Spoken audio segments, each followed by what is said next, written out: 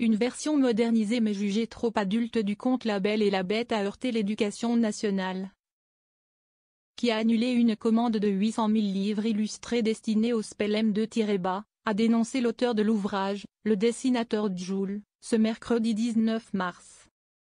Jules, de son vrai nom Julien Bergeau, connu comme scénariste de Lucky Luke ou dessinateur de Silex and the City, a déploré une décision politique de censure, pour des prétextes fallacieux selon lui. Réécriture moderne. Interrogée sur la question ce jeudi matin sur CNU Europe 1, la ministre de l'Éducation nationale Elisabeth Borne a justifié cette décision d'annuler la commande par le fait que cette version du conte n'est, selon elle, pas adaptée aux élèves de 10 ans sans accompagnement pédagogique. L'auteur de bande dessinée Jules a beaucoup de talent, il manie l'ironie, le second degré. Mais sans accompagnement pédagogique, je pense que ça n'est pas adapté. Mais si est un très beau livre qui pourra être utilisé dans un autre cadre, a commenté la ministre. Si est une réécriture moderne. On a un père de famille qui arrive d'Algérie, qui doit commettre des fraudes, qui se fait contrôler par les policiers, a-t-elle expliqué. Peut-être que dans un cadre avec des professeurs, on peut expliquer ce second degré.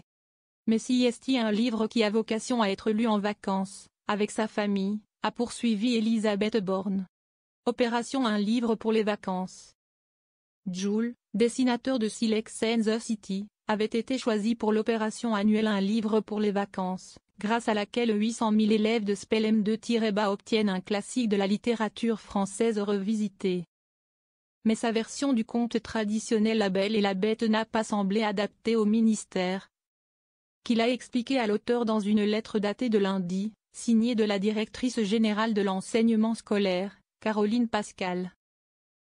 En effet, les deux illustrations de l'ouvrage abordent des thématiques qui conviendraient à des élèves plus âgés, en fin de collège ou en début de lycée, tels que l'alcool, les réseaux sociaux, ou encore des réalités sociales complexes, précise cette lettre.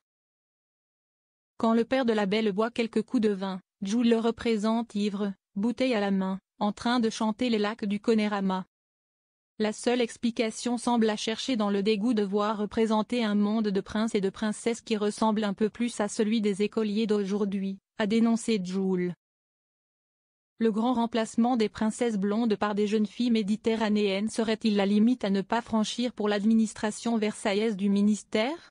S'est-il interrogé.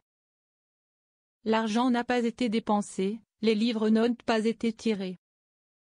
Si est certainement un ouvrage intéressant, mais pas pour ce cadre pédagogique, a conclu Elisabeth Borne, qui a précisé ne finalement pas avoir préfacé cet ouvrage.